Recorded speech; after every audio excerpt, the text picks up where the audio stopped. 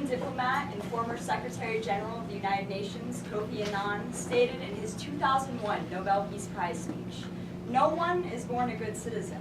No nation is born a democracy. Rather, both are processes that continue to evolve over a lifetime. In a constitutional democracy, the duties of a citizen exceed far beyond an I voted sticker." American democracy is continually evolving, and it is a simple fact that citizenship comes with obligations and liberty comes with duties. Participation in democracy reflects the will on behalf of citizens, and as American citizens, it is up to us to better our democracy through civic participation, so that the processes can continue to evolve and allow for American democracy to flourish. Sovereignty resides within the people, and with this responsibility, citizens are prompted to vote intelligently on solutions or to decide for themselves how to solve the problem at hand. Though essential, voting alone is not enough. Involvement in local organizations, fulfilling obligations such as jury duty, and staying informed about the problems facing communities are all citizen habits essential to the survival of true democracy, as they expose citizens to the needs and processes of local communities.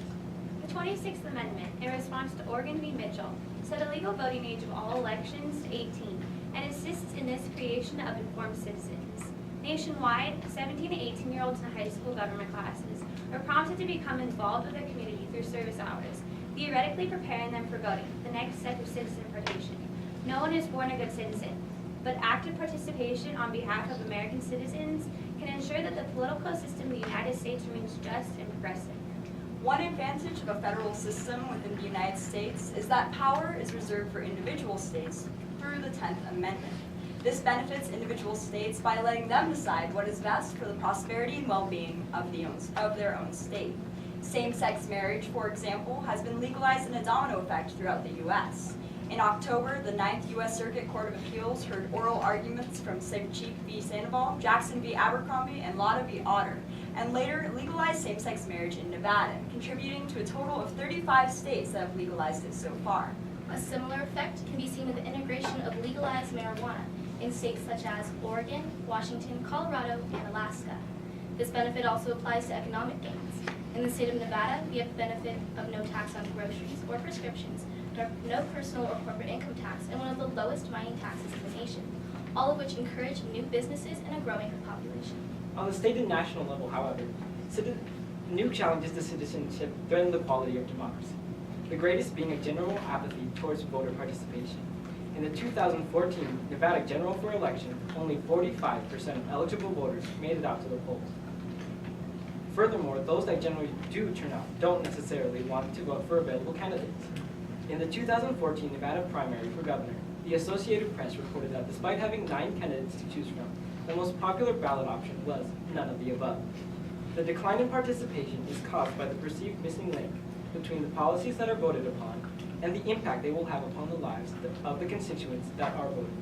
Additionally, despite the flood of advertising that it costs citizens during campaign season, caused by the recent decision of Congress regarding Citizens United v. Federal Election Commission, the disparity between campaign promises and career conduct further discourage participation.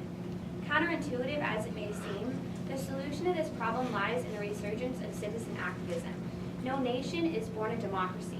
It is a development that requires constant effort and progress, and only through informed citizen participation can challenges such as hyperpartisanship and financially influenced politics be addressed. Thank you. All right, we have some standard follow-up questions we're asking every group, and then we'll probably have some after that. So our first question for you is, what are non-governmental organizations or nonprofits, and how can Americans participate in these organizations? Non-government organizations are any organizations that are not involved directly with the government. I have recently started my own non-profit organization called New Souls, which wants to give shoes to children in Central America, specifically El Salvador. These non-organizational companies allow citizens to participate not only within their government, but their local communities and global communities, and it exposes them to the needs and the problems facing our generation and how they can intelligently solve these problems. The best way for a citizen to get involved in non-government organizations is really to develop a passion of their own. So in David's case, he has a passion for helping children in the El Salvadorian region. In my case, I am involved in a local nonprofit organization called Great Basin No Keystone Pipeline. As an avid environmentalist, I have helped organize rallies and demonstrations within my community to show that Reno is in solidarity with or preventing the negative impacts of climate change. Expanding off what Sierra said, I was involved with the Girl Scouts of America, which is a famous non-government organization, and that taught me morals and life lessons, which helps out through participating in my community, which gave me the motivation to join this class. Another follow-up question we have is how can you participate in your local government? Participating in local government can be described or you can take part in your government in several ways. So one of those ways is protesting. This can be seen with the recent protest at UNR that happened on Tuesday with the whole Eric Gardner thing about IEM3. Another way to become involved in local politics is, this is going to be repetitive, but finding your passion, because I've really learned that people are more inspired to participate when the things that are going on in local politics are directly impacting their lives. That's why we generally have higher voter turnouts when we have hot topics on the ballot, such as the legalization of marijuana, for example. To give another personal example, as a student in Nevada high schools, I'm right now on a committee for the Nevada Teen Health and Safety Coalition to reform sex ed in Nevada. And the way I'm becoming involved in local politics is through petitioning and eventually lobbying legislation to reform sex ed in Nevada. And that, of course, ties to the First Amendment rights that are offered to citizens. Another example of this could be being on a jury duty, or even going to an open public meeting and finding out what's happening, like with city council in your own city with local governments. A good citizen can participate in government, but that is not the only way to be active. Being a good citizen could be simply following the speed limit, recycling, and following the common good and finding what ways you can truly help your community and how you can most easily affect your community in a positive way. So, with the many things that we have going on in our lives today, and especially with young people, what do you think can or should be done to encourage greater civic participation by younger people?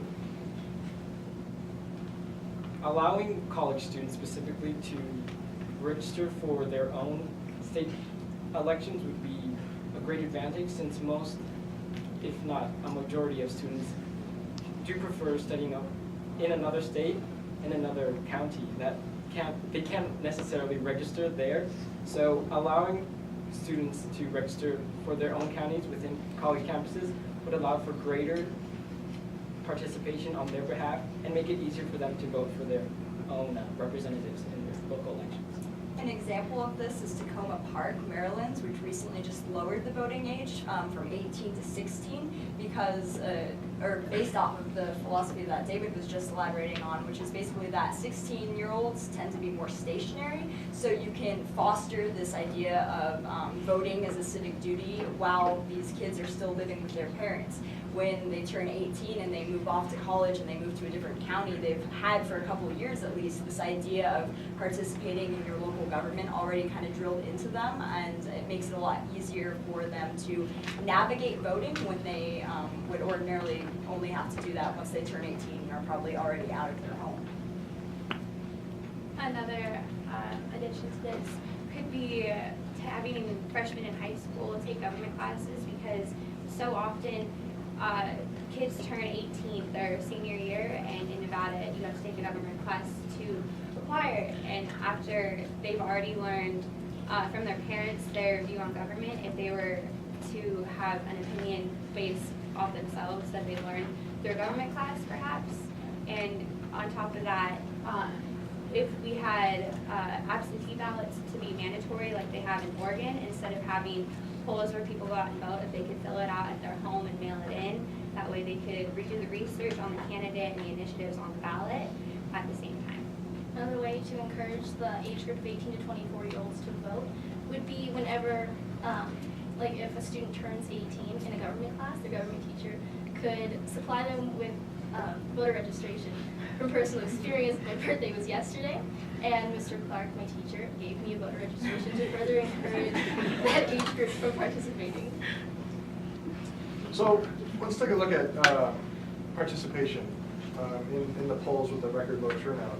What are some ways that what would you do to fix the low voter turnout, as well as, do you think that we should compel people to vote, meaning required by law?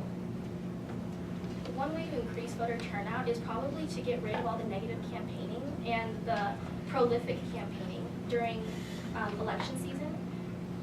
From personal experience, when you go door to door to campaign for a certain person, I've had several people ask me to stop the telephone calls because they're so repetitive and they almost get annoyed to the point where they don't want to vote.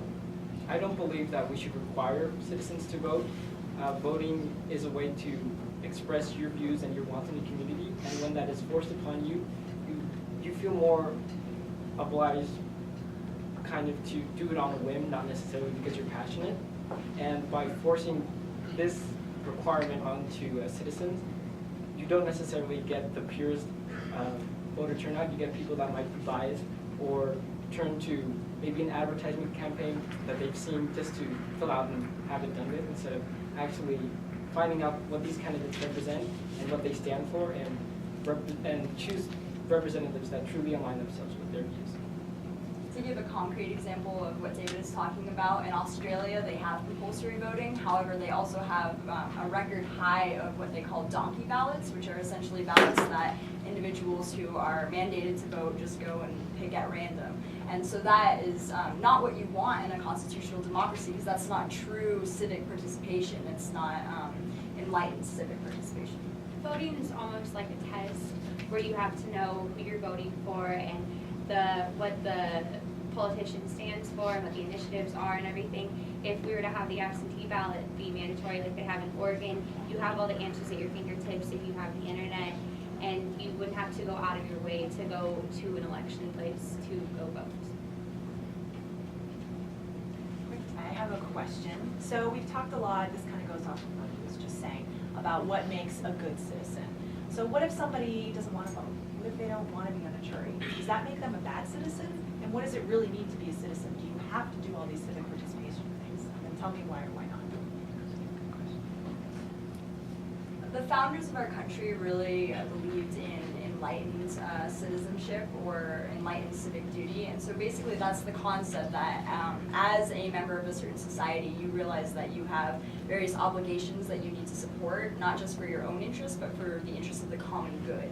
And I personally believe that being a good citizen, while it's not confined to just voting, it also kind of expands into truly participating, truly trying to contribute to that common good. So maybe someone won't end up voting in an election, but if they are really well involved in a non-government organization and they're making a positive impact in their community, then I still believe that they can be considered a good citizen. Simply being informed is another way to be a good citizen, because if you don't necessarily want to act on your actions, you can always be informed or advise others. You don't necessarily have to directly act on the community. So there's a sort of polarization you see between the two-party system. Do you think that the two-party system has a positive or negative effect on citizen participation? The two-party system has a negative effect on citizen participation because oftentimes people think, oh, well, this politician is aligned with one party, so I should vote for them, without looking at the other opinions of the other politician, and they vote mainly with their party, not based on what they're interested in. You can answer if you have an answer. It's okay. I worked with a Green Party candidate for governor, David Gibson, recently, and he was trying to run for governor this past election season. However, he was unable to because the Green Party in Nevada was not recognized on the ballot, and in order to even become on the ballot, the Green Party had to achieve a certain amount of signatures in a limited amount of time. So I feel that the binary party system is very negative because you have people like David Gibson who are unable to even be represented in an election simply because the main parties that are recognized are Democrat or Republican, and really other parties are very limited in their influence in politics. All right, we're giving everybody a hand.